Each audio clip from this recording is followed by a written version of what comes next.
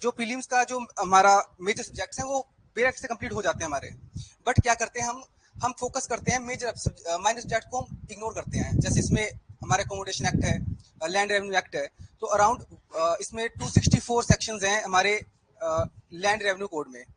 तो हम सोचते हैं कि अराउंड 5 मार्क्स का लैंड रेवेन्यू कोड आएगा, तो उसको हम इग्नोर कर देते हैं, और अकोमोडेशन एक्ट भी 5 मार्क्स का आएगा। तो एक्चुअली में इस बार जो कट ऑफ गई थी वो गई थी 125 मार्क्स आउट ऑफ 146, तो अराउंड 20 मार्क्स का गैप था कट ऑफ में।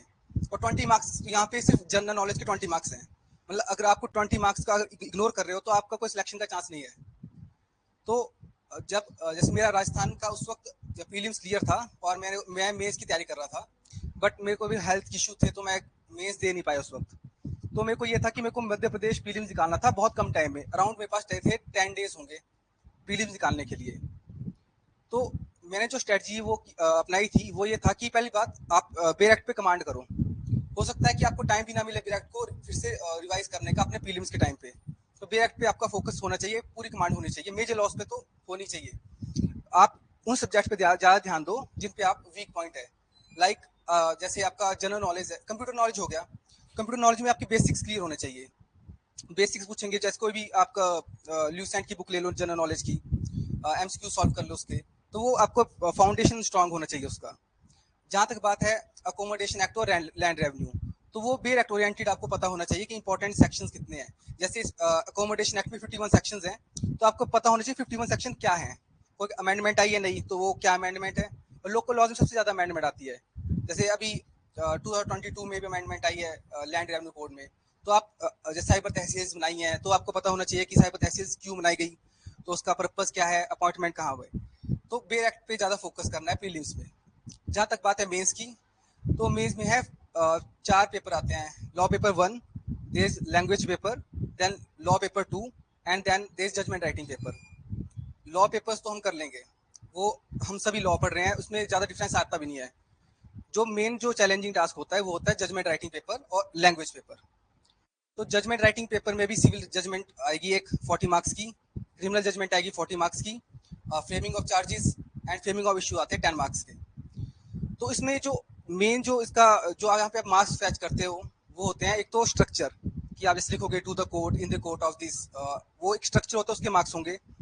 इसके अलावा आपके जो ब्रीफ फैक्ट्स, इश्यूज आप आइडेंटिफाई करो कि ये इश्यूज हैं सिविल में, जैसे आपको पता होना चाहिए कि इश्यूज क्या फ्रेम करने हैं, तो आपको उसके लिए आपको पूरा समझना पड़ेगा कि फैक्ट्स क्या हैं, इसमें एक्चुअल प्रोपोजिशन में वहाँ पे इशू क्या बन रहा है।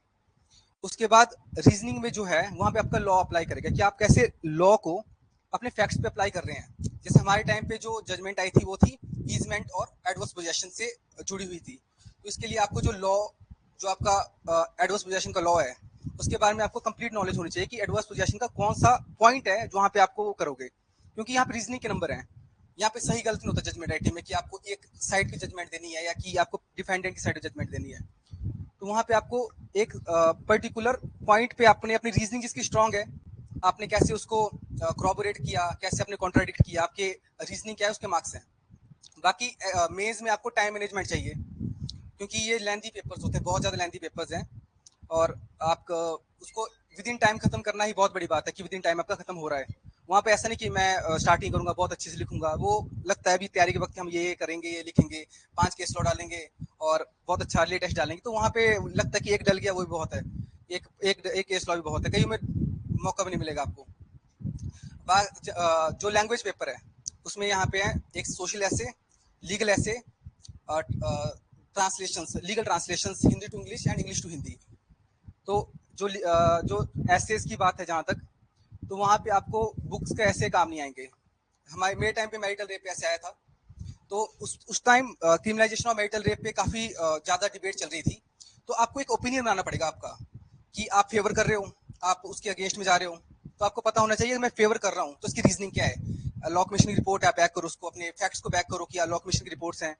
अगर आपने कोई कॉन्ट्रेडिक्ट करना है तो आप जैसे पार्लियामेंट स्टैंडिंग कमेटी की इसको इसने मना किया था कि जो हमारी फैमिली सिस्टम है उसके अगेंस्ट जाएगी ये इंडिया में, तो हम इसको इम्प्लीमेंट नहीं कर सकते। तो आपको अपना ओपिनियन फॉर्म करना है, न्यूज़पेपर के एडिटोरियल्स को इंक्लूड करो, अपने फैक्ट्स को बैक करो, ये एसएस का क्रक्स है।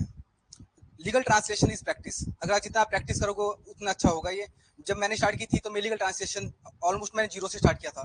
जैसे मैं विटिन टाइम किया तो मेरे को लगा कि ये सिर्फ प्रैक्टिस की गेम है। जितना आप लीगल ट्रांसलेशन को प्रैक्टिस करोगे आपका उतना अच्छा लीगल ट्रांसलेशन होगा।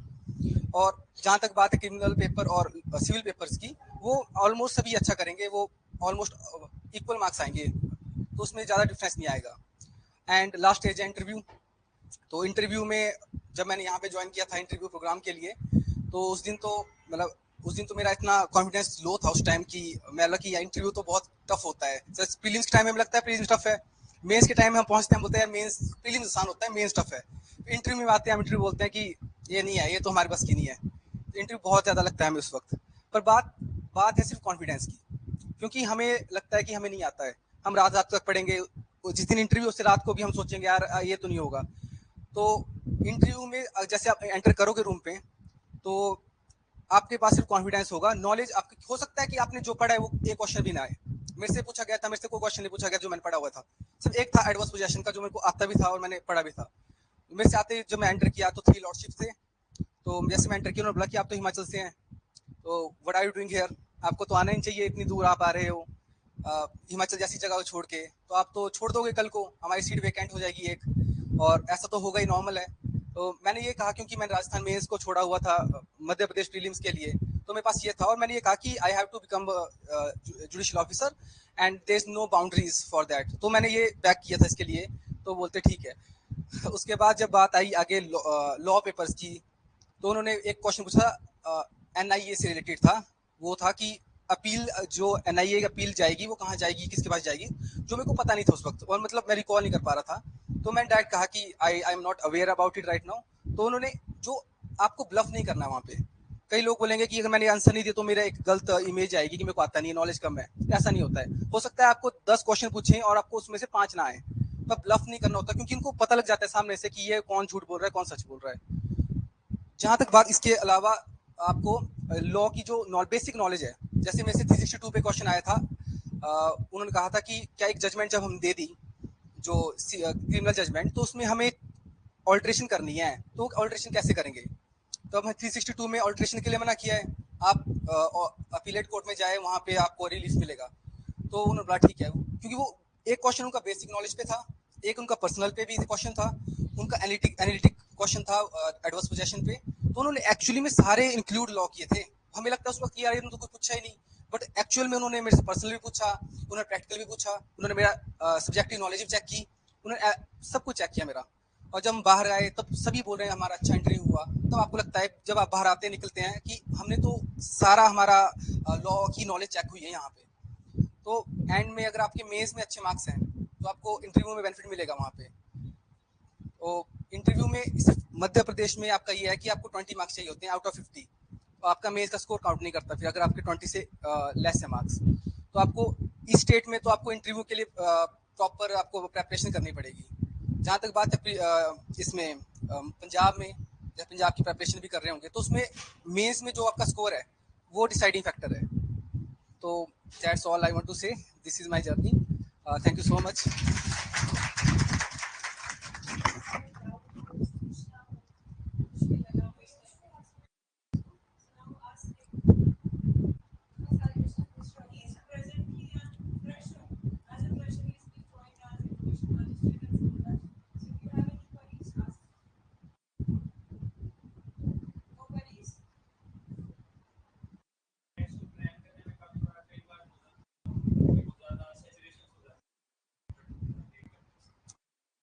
बेयर एक्ट्स में आप रट्टा मान लो कि सेक्शन 1 क्या है, 2 क्या है, तो वैसा मुश्किल हो जाता है। आपको एक अगर आपको कोई भी सीआरपीसी है, आपको उसका एक पता होना चाहिए कि ये स्टार्ट कहाँ से हो रहा है। जैसे आपको पता है कि स्टार्टिंग के सेक्शंस है वो किससे डील कर रहे हैं, तो प्रीलिमिनरी सेक्शंस है, डेफिनेशन क्लॉज सेक्शन 2 में दिया गया है। आगे आपका इन्वेस्टिगेशन का है, वो चैप्टर आपको पता है। तो आपको डिविजन्स करने हैं, इसको बांटो, बेयर एक्ट को अपने पार्ट्स में बांट दो कि इन्वेस्टिगेशन का पोर्शन इतना है, उसके अलावा आपका इंक्वायरी का जो है 200 की कंप्लेंट का अगला पार्ट है, उसके आगे आपका जो आएगा वो ट्रायल्स आएंगे। तो आपको पता होना चाहिए, पहले तो उसको बड़े एक्ट को छोटे पार्ट्स में बांटो, फिर छोटे पार्ट्स को आगे फर्दर सेक्शन में डिवाइड करो। तो आप मेजर जो चंक है जैसे आपको पता है ट्रायल्स मेरे स्टार्ट होंगे 16-17 ये मेरे ट्रायल्स के चैप्टर्स हैं, आगे मेरा 33 साइड से आगे से मेरा बेल स्टार्ट हो जाएगा वहां से। तो आपको ये पता होना चाहिए कि मेन ये है। अब मान लो आपका ट्रायल है, ट्रायल के चैप्टर्स में भी आप डिवाइड करो कि ट्रायल पहले स्टार्ट होगा, जो ट्रायल होगा वो सेशन ट्रायल है, उसके बाद हमारा मैजिस्ट्रेट ट्रायल आएगा, फिर एंड में जाके समरी ट्रायल आ जाएगा। तो ऐसे स्टार्ट करो उसको, और एमसीक्यूज करो ज़्यादा से ज़्यादा अगर आपको इसमें भी प्रॉब्लम आ रही है। क्रैमिंग क्रैमिंग आपको तब होगी जब आपको उसके बारे में नॉलेज है कि ये टॉपिक किससे डील कर रहा है।